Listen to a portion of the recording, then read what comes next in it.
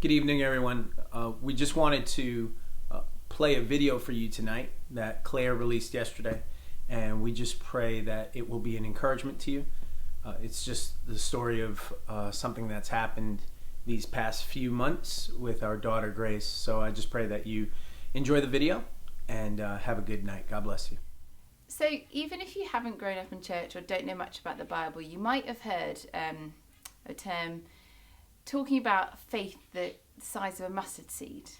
And it comes from the book of Matthew chapter 17 verse 20 to 21. It says this: "For truly I say to you, if you have faith like a grain of mustard seed, you will say to this mountain, 'Move from here to there,' and it will move, and nothing will be impossible for you."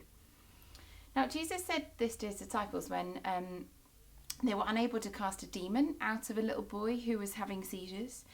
And he told the disciples, when he was telling them this, that they couldn't cast out the demon because of their lack of faith. And I want to briefly tell you about a time in my life, in our life as a family, when I really did lack faith in God, but he came through with just an incredible miracle. And it was a time just going back last year when our middle daughter Grace became unwell. She was 3 years old at the time. She had been becoming unwell for a couple of weeks. She had started drinking loads and loads of water, started peeing lots. She was losing weight, and it happened quite quickly over a very short space of time. And I think I was kind of in denial as to what was going on. As a doctor, you can probably imagine that alarm bells are going off in my mind. And then she developed this kind of mouth infection, this thrush in her mouth. And then it really kind of hit home for me that she might be unwell. So I took her to our local GP, and he checked her over, and he did a blood sugar test on her, which confirmed my suspicions because her blood sugar came back really, really high, which is indicative of a diagnosis of diabetes. And diabetes in a child is not a fun thing to have at all. And it's funny, the GP looked at me and gave me that look, that kind of that doctor to doctor look, like, you've got a really sick kid. And I kind of held it together. He sent us straight up to the local emergency department. And I came home after that to get Dave so we could go together. And I came home and just cried, walked through the door and just cried, and explained to Dave the situation. And Dave just said, we just need to stop, we need to pray, and we need to commit her to the Lord. So we stopped, we laid our hands on Grace, and we prayed.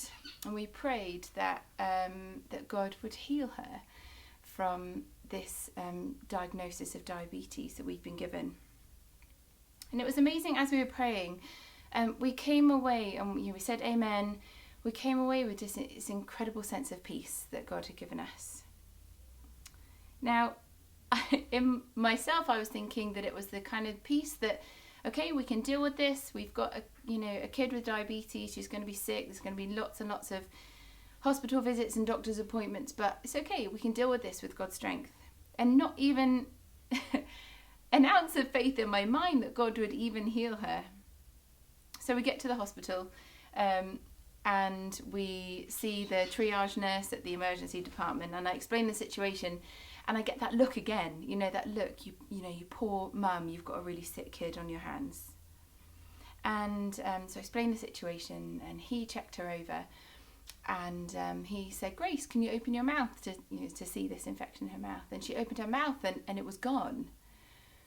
This thrush in her mouth was completely gone, and then he checked her blood sugar, and it was normal. And it didn't really click right away what had happened. We had to stay for the rest of the day. She had different blood tests and blood sugar checks, and they sent us home, and they said, well, we don't really know what happened. We can't really explain, but she's fine. And Dave and I got back in the car, and suddenly it dawned on us what had happened, and that God had done an incredible work of healing in her life. It's funny because I didn't expect it.